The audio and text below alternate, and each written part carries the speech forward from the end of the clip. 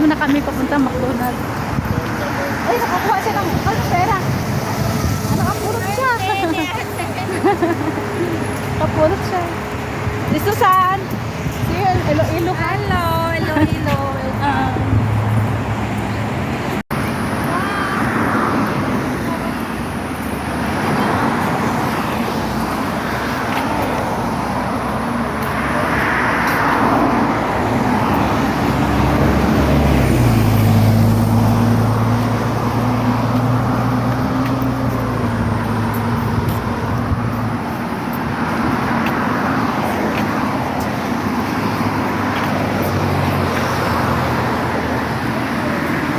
Hawak mo ang faith. Ganon. Ay, nalaglag ako. Dito kami sa McDonald's, Holland. Ha? Commonwealth pala.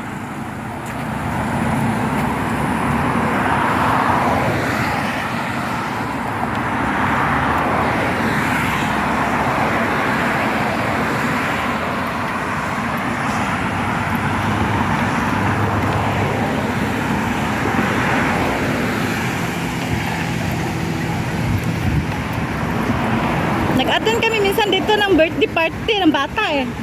Yung malaliit pa yung alaga.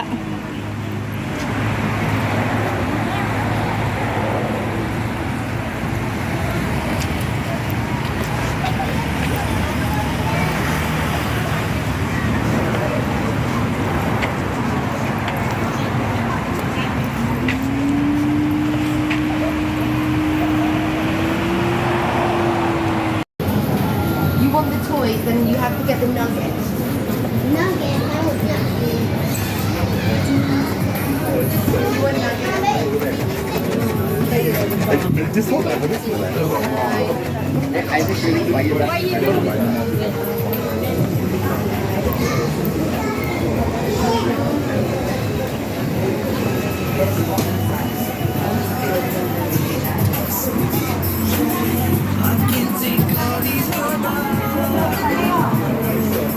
Dito tayo. Hi. Hi, Sis Glo. Hi. Hi kayo. Tingin. Hi, Sis Len.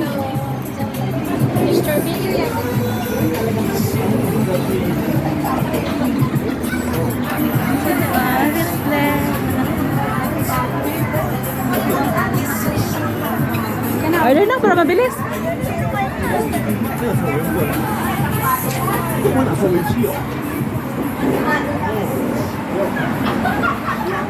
Oh, ang daming tartes.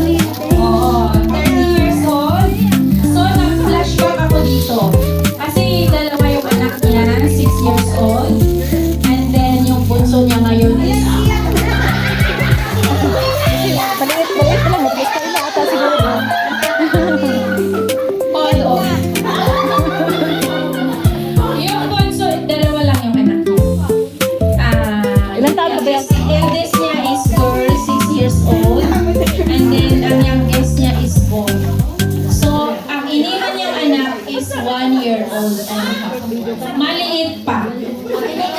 So, doon ako nag-flashback sa experience ko rin before bago ako pumunta dito.